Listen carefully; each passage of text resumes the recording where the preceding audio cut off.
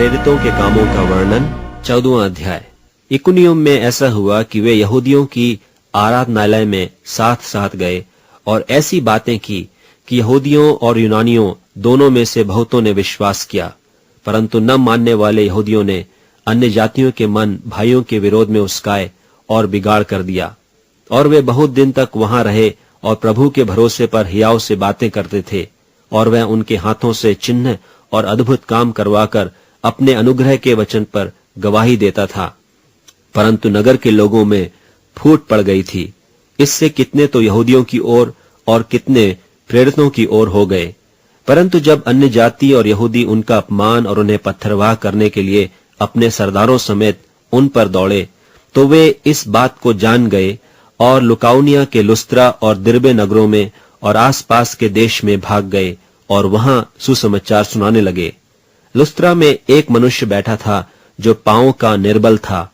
वह जन्म ही से लंगड़ा था और कभी न चला था। वह पौलुस को बातें करते सुन रहा था, और इसने उसकी ओर टकटकी लगाकर देखा कि इसको चंगा हो जाने का विश्वास है, और ऊंचे शब्द से कहा, अपने पांवों के बल सीधा खड़ा हो। तब वह उछलकर चलने फिरने लगा। लोगों ने पौलुस का यह काम देखकर लुकाउनिया की भाषा में ऊंचे शब्द से कहा, देवता मनुष्यों के रूप में होकर हमारे पास उतर आए हैं।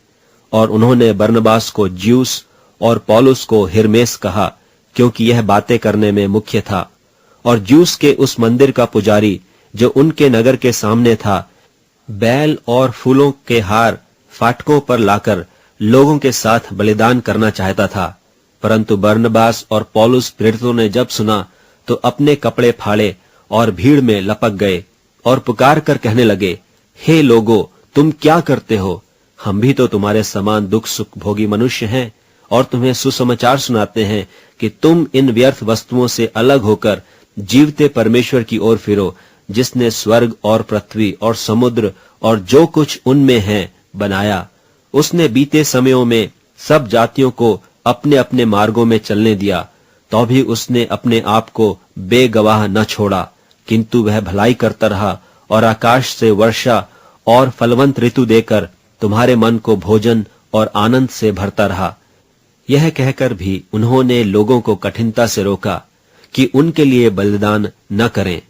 परंतु कितने यहूदियों ने अंताकिया और इकुनियुम से आकर लोगों को अपनी ओर कर लिया और पौलुस को पत्थरवाह किया और मरा समझकर उसे नगर के बाहर घसीट ले गए।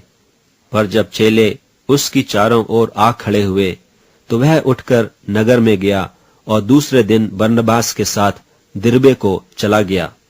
और वे उस नगर के लोगों को सुसमाचार सुनाकर और बहुत से चेले बनाकर लुस्त्रा और इकुनियुम और अंताकिया को लौट आए, और चेलों के मन को स्थिर करते रहे और यह उपदेश देते थे कि विश्वास में बने रहो, और यह कहते थे कि हमें बड़े क्लेश उठाकर परमेश्वर के राज्य में प्रवेश करना होगा।